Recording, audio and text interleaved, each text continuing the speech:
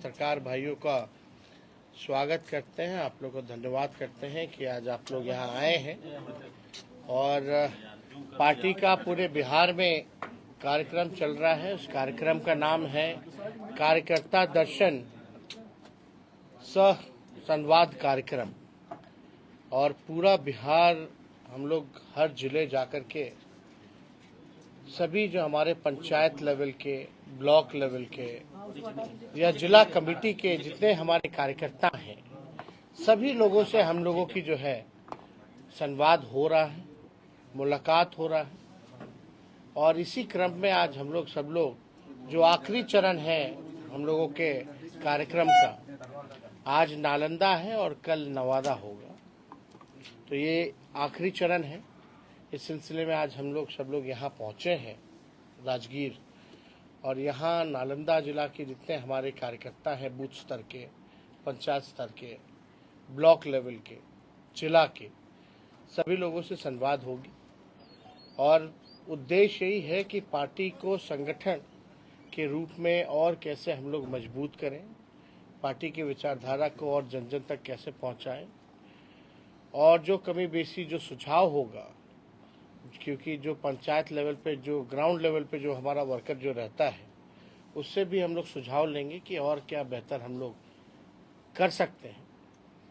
और साथ ही साथ लोकल होने के नाते जो कार्यकर्ता हैं ज़मीनी स्तर के, अलग अलग ब्लॉक है, अलग अलग विधानसभाएं हैं, तो अलग अलग समस्या भी हैं, उससे भी स्थानीय जो हमारे वर्कर हैं वो अवगत कराने का काम करते हैं। उसी हिसाब से हम लोग जो है उनके सुझाव को लेते हुए इम्प्लीमेंटेशन जो है पार्टी में भी करते हैं, काम में भी करते हैं। और इसी के आधार पर जो है उन्हीं वर्करों के सुझाव पर हम लोग जो है सारी चीज़ें ला भी रहे हैं। और इसके साथ साथ महिला संवाद कार्यक्रम भी हम लोग कर रहे हैं, महिलाओं से भी बात कर रहे हैं, उनकी भी सुझाव को हम लोग जो है सुनने का काम कर रहे हैं। महिलाओं का कहना है सबसे ज़्यादा मार अगर है तो महंगाई का मार महिला झेल रही है। उन्हीं के सुझाव पर हम सब लोगों ने फैसला किया था पार्टी ने कि माई बहन मान योजना लाएंगे, सरकार बनेगी, 1 महीने के भीतर इस योजना को लागू किया जाएगा। 2500 रुपये खाते में उनके हम लोग देने का काम करेंगे। और जो वर्कर का सुझाव है, सब लोग कहते हैं कि भाई जो स्मार्ट मीटर है उससे लोगों को बड़ी परेशानी है। और आप सब लोग जानते हैं बिहार में, पूरे देश में बिहार में सबसे महंगा बिजली लोगों को उपलब्ध होता है। इसी के तहत 200 यूनिट फ्री में बिजली अगर हमारी सरकार आएगी तो हम लोग देने का काम करेंगे। वृद्धा पेंशन जो है, सामाजिक सुरक्षा जो पेंशन है, मात्र 400 रुपये है, चाहे दिव्यांग भाइयों का हो, चाहे वृद्ध लोगों का हो या विधवा का हो। तो इसको हम लोग बढ़ा करके निर्णय लिया है कि 400 से बढ़ा करके 1500 रुपये हम लोग करेंगे। साथ ही साथ जो गैस सिलेंडर जो महंगा हो गया है, 1200 रुपये, लोगों को सोचना पड़ता है गांव देहात में जो गरीब है कि सिलेंडर है लेकिन गैस भराने की हिम्मत नहीं होती, चूल्हा नहीं जल पाता गैसों पर, तो उनके लिए 1200 से 500 रुपये करने का हम लोगों को प्रस्ताव है। इसके बाद पूरा बिहार हम लोग घूम लेंगे, तो हमारा क्या विजन है, बिहार को कैसे अव्वल राज्यों में ले जाएंगे, सभी लोगों के लिए जो हमारा क्या रोड मैप होगा, किस हिसाब से क्या क्या और लोगों के लिए, नौजवानों के लिए, किसानों के लिए, मजदूरों के लिए, महिलाओं के लिए, बच्चों के लिए, बुजुर्गों के लिए, बिहार के हर एक क्षेत्र के लिए, इंडस्ट्री हो, कारखाना हो, रोजगार हो, पलायन को रोकने के लिए, महंगाई को कम करने के लिए, बिहार में लॉ एंड ऑर्डर को बेहतर करने के लिए क्या हमारा जो डॉक्यूमेंट होगा, क्या हमारा विजन होगा, वो बिहार के सामने हम लोग रखने का काम करेंगे। आप सब लोग जान रहे हैं कि हम लोग 17 महीने सरकार में रहे, और 17 महीने जो महागठबंधन की सरकार थी, जो काम हुआ, ऐतिहासिक काम हुए उस सरकार में, जो देश भर में कहीं नहीं हुआ था वो बिहार में हुआ। चाहे जाति आधारित गणना कराने का हो, या आरक्षण 65% बढ़ाने का हो, चाहे नियोजित शिक्षकों को राजकीय कर्मी दर्जा देने का हो 4.5 लाख, चाहे आपका आंगनबाड़ी हो, विकास मित्र हो, टोला सेवक हो, शिक्षा मित्र हो, तालमी मरकज हो, उनके मानदेय को बढ़ाने का, ममता आशा के मानदेय को बढ़ाने का, आईटी पॉलिसी हम लोगों ने बनाया, स्पोर्ट्स पॉलिसी हम लोगों ने बनाया, 5 लाख लोगों को नौकरी दिया, 3.5 लाख नौकरी प्रक्रियाधीन हम लोग करा करके आए, एक साथ लाखों को नियुक्ति पत्र हम लोगों ने बांटने का काम किया। जो खेला उसको भी मेडल लाओ, नौकरी पाओ जैसी योजनाओं के साथ उन खिलाड़ियों को भी डीएसपी रैंक तक का नौकरी में प्रावधान किया। 73 ऐसे खिलाड़ियों को हम लोगों ने नौकरी देने का काम किया। 50,000 करोड़ का निवेश बिहार में आए, इसके लिए एमओयू हम लोगों ने साइन कराने का काम किया। तो काफ़ी जो काम हुआ उस 17 महीनों में, लॉ एंड ऑर्डर बेटर था, हर एक चीज़ बेहतर था। लेकिन आज मौजूदा सरकार 1 साल से भी ज़्यादा हो गया, केवल अपराध और भ्रष्टाचार की बू आ रही है। बिहार, अगर नीति आयोग का अगर आप लोग रिपोर्ट उठा करके देखें तो बिहार बेरोजगारी में, पलायन में, गरीबी में नंबर 1 राज्य है। 20 साल से माननीय मुख्यमंत्री नीतीश कुमार जी बिहार के मुख्यमंत्री हैं। डबल इंजन की सरकार है केंद्र में 11 साल से। अब बिहार को विशेष राज्य का दर्जा नहीं दिलाना चाहते, अब देगा कौन? He is the part and parcel. अब वो खुद सरकार में। अब बिहार को विशेष राज्य के दर्जे की बात नहीं होती। बिहार में को जिस तरीके से सौतेला व्यवहार किया गया बजट में बिहार को केवल ठगने का काम किया गया, उस पर कोई चर्चा नहीं ये लोग करते हैं। बिहार में अपराधी खुलेआम गोली चलाते हैं, इंटरव्यू बुला करके देते हैं, कोई कार्रवाई नहीं होती है।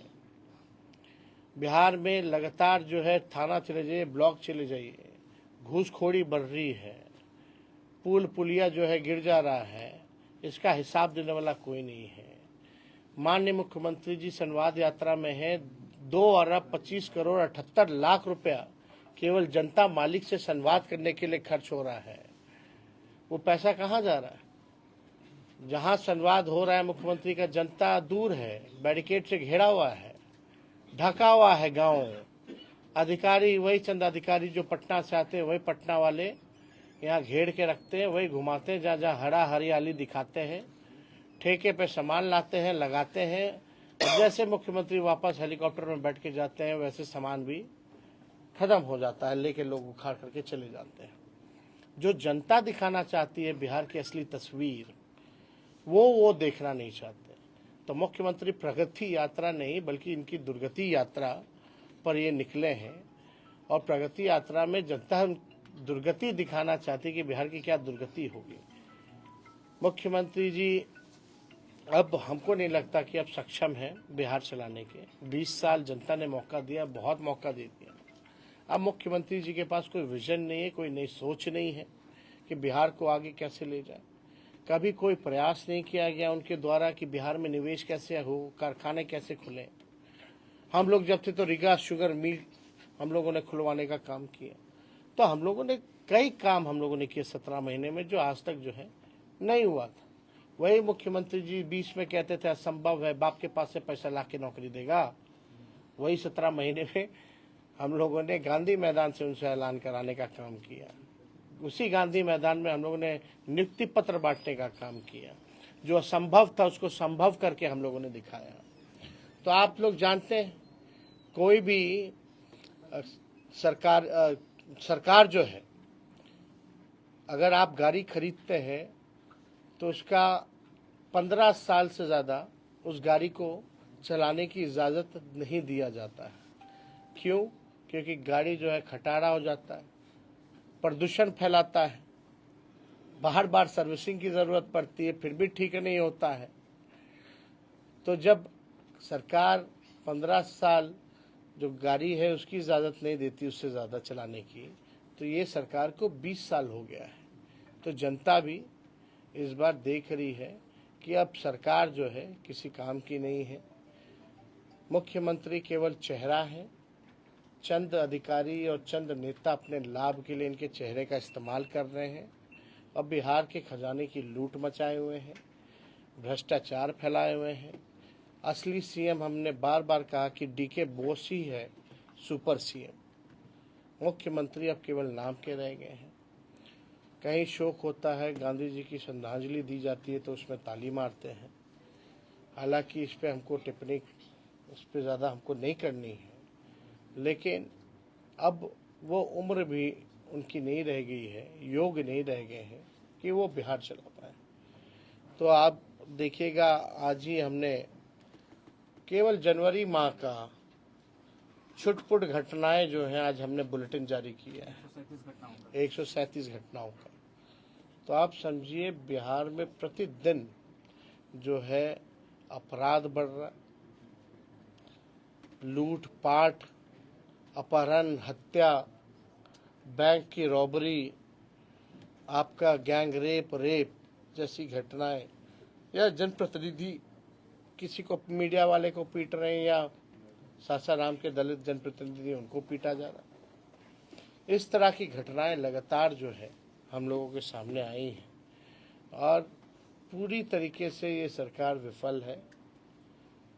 कल पटना में ही आप लोगों ने देखा होगा कि किस हिसाब से गोलियां चल रही हैं। जब गोलियां चल रही हैं तो कहां से अमन और चैन और शांति है? तो ये पूरी तरीके से अपराधियों का बोलबाला है। सरकार कोई कार्रवाई नहीं करती है, बल्कि अपराधियों को जेल से छुड़वाने का काम करती है। उनके लिए नियम कायदा बदल दिया जाता है और अपराधी जो है सीएम हाउस बैठ करके मिलते हैं और सीएम हाउस से ही जो है कंट्रोल किया जाता है। तो हम सब लोग यहाँ आज आए हैं इस कार्यक्रम को करने।